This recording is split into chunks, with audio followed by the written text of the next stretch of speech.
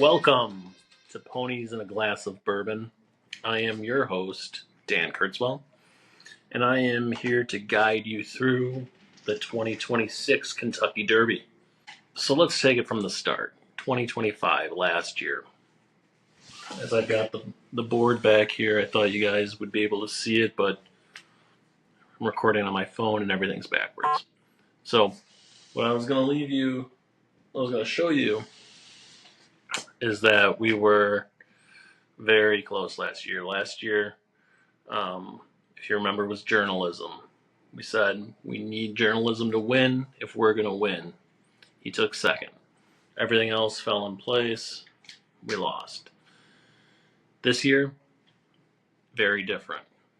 There's not that one horse that's above the rest. Very competitive field. There are 7, 8 horses that are really, really close talent-wise.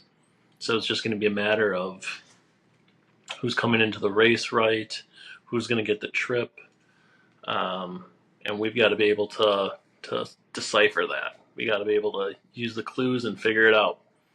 So let's get it started. So the first horse, I've got my horses bunched up into 3 groups here. I have Win, Place, Show, as you know, is first, second, third. But Win, these are the 4 horses I'm really keen on to win the race. Place, this should be called, last year I called it Respect, and it was one of our Respect horses, Sovereignty, that won. This year I'm going to call it Scared Of. These are the horses I'm scared of, which if this is if the past is any indication of the future, I would take a win bet on one of these horses if I were you. These are horses that are good, I personally don't like, and they usually win a lot of races. So that's the 1, Renegade. Nothing wrong with him. Great turn of foot. He's going to be a deep closer. He's going to come from, I don't know, he'll be 3rd, 4th, 5th last, and he's going to come running. Was Arkansas, he won the Arkansas Derby. Was that a great field? I don't know. We'll find out. He's going to come out of the 1 hole. He's going to have to find a way around all that traffic from the rail.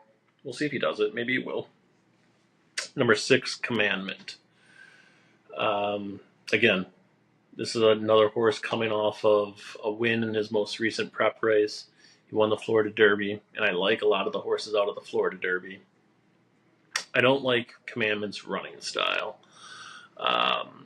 He's one-paced. He doesn't have that burst of speed, it doesn't have to be at the beginning of the race. You have that burst of speed like Renegade at the end, but at some point in the 20-horse field, you're going to have to be able to be agile, make that move, get into a spot that not everyone can get to. A small little area, get through that hole and bring it home. And if Commandment finds the right trip, keeps momentum moving, he can do it. He can win. He's good enough. He's fast enough. We'll see if he can. And the number 14 is Potente. But this one is much different than the other 2. The other 2 are going to be probably your 2nd and 3rd favorites. Potente is going to be 20-1. And he is a Bob Baffert in the Derby, training fast. And he's going to... This is where the I'm scared of comes in. I'm scared of this horse at 20-1. He has, I wouldn't say he has ran well enough for me to be confident in him, but he's run well enough that I'm scared of him. We'll see, especially because one of my win candidates is So Happy. So Happy finished 1st in the Santa Anita Derby, and Potente finished 2nd. I think of those 3 horses, I think Potente is the one that, I'm going to use them all because I've gotten burned on that enough. But Potente is the one that I want to use more than the other 2. So I mentioned So Happy. We're going backwards now, back to my win candidates. We've got So Happy, and I am so happy about So Happy. He's a good horse. He's California based. Um, his numbers look great. Will it translate to Kentucky? Field sizes have been kind of smaller. Um, we'll see. So his pedigree. He's by Run Happy. Run Happy is a sprinter. Is he going to be able to get the mile and a quarter is the question. I think he does have enough stamina coming from his female line. So I don't think the distance is a problem. He's going to have the right running style. He wants to be forwardly placed. He's fast. He's fast. He's going to show speed early. Probably, hopefully, mid-pack and make a run from there. So that's one horse I really like. Another horse I really like, the Puma. He came from the California race, or not California races, the Florida Derby. He finished second to Commandment. The Puma is just one of those horses for me that he's going to be real finicky. He's not going to. You're going to have to time him right. You're going to have to put him in the race and get that right trip. But I loved his Tampa Bay Derby. His Tampa Bay Derby, he makes his run, his big push, he makes it in the turn. And that's when you have to do it in the Kentucky Derby, because by the time you get out into the stretch, you've got to be there, and then it's a race, But you're making your move in the turn, and that's exactly what the Puma did. And what I loved even more about it, in the stretch, he gets bumped, and what does it do? He gets excited by it, and he gets re-energized and makes a second push. That's the thing that they're going to have to deal with in the Kentucky Derby. 20 horses, you're going to get bumped, you're going to get pushed. How does the horse handle it? Is he going to cower, or is he going to be that alpha, and is he going to be energized from it? And the Puma, he loves that shit. So that's a horse that gets me excited. 15, Emerging Market. So Emerging Market is a Chad Brown horse. Now, Chad Brown does not. He is pretty close to the best on his horses, and he just about gushes over this one. Right away, he broke his maiden. He went right to the Louisiana Derby and won both of those races. Now he's going to the Kentucky Derby. So he's only raced twice, won both of those, and Chad has put him in the Kentucky Derby.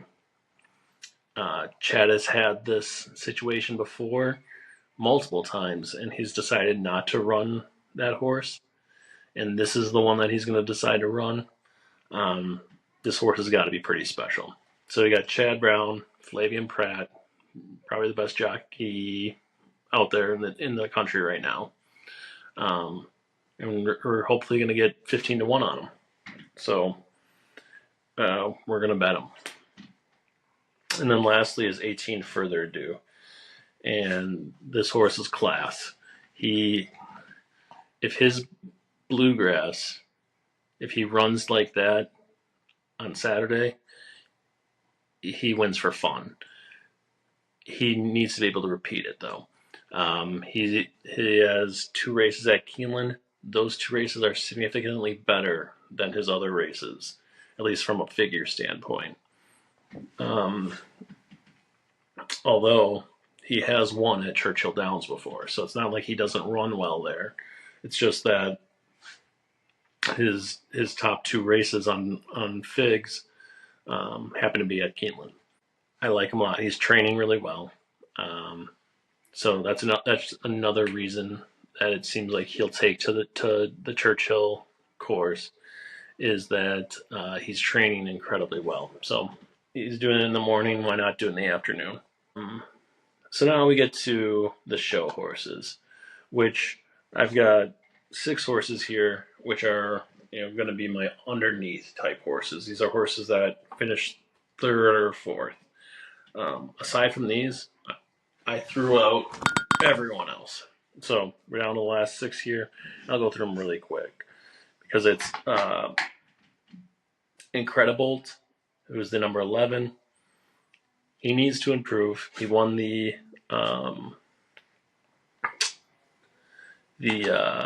Virginia Derby, and he's been improving. He needs to improve more.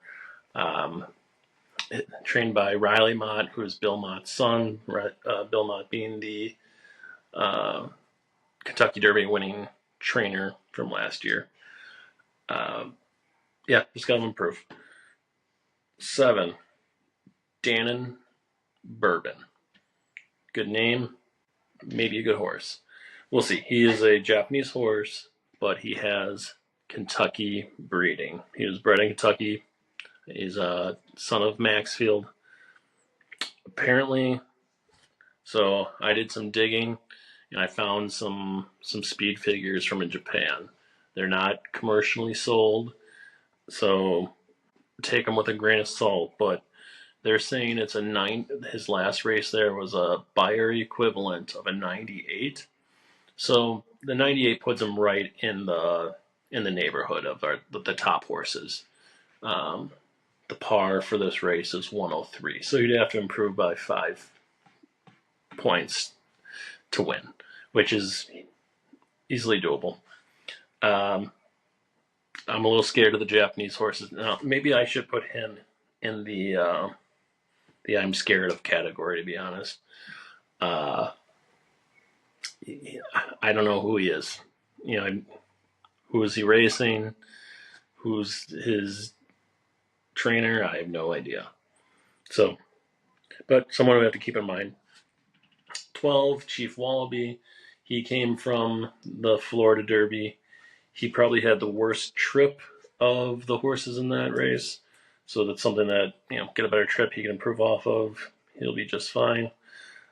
16, Pavlovian. He has ran like 100 times. And he's really, in the last 2 races, he's actually very much improved. Question is he kind of topped off now? Probably.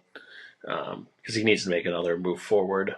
But the emerging market race, I like emerging market. Does that mean I have to like Pavlovian? Not necessarily, but someone that we have to keep an eye on. 19 is Golden Tempo. Now this is like the classic underneath horse. Last 2 races, finished third. Every race in his career, 4 races, no matter if the pace is fast or slow or indifferent, he always closes. He hasn't finished out of the money.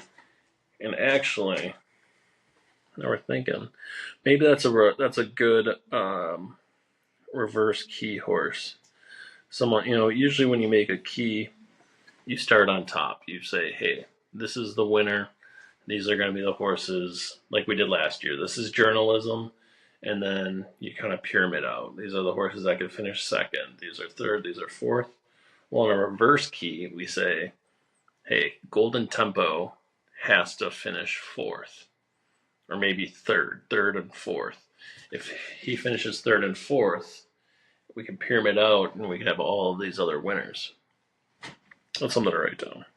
And then Great White. Great White was not in the race as of yesterday, but Silent Tactic scratched out, had a little hoof issue. There's probably going to be a few other scratches this week. So we'll see of the horses that we talked about who's staying in. But so far it's been Silent Tactic and Full Effort, who's kind of an interesting horse, that have scratched out. And there are 2 others that are also eligibles that could make the race if there are any other scratches, but none of the other ones have a chance. Great White is the one that maybe does. I like horses that run on synthetic. I think synthetic translates really well to Churchill Downs. So he was fairly successful on synthetic. He had that one race in the Bluegrass. Trainer says he was a bit dull before the race, and that he's kind of come back to life now. From reports, he's working out really well, so there may be some truth to that. Some, at a huge price, he could get back to that where he was before. Just for an underneath price, third, fourth place.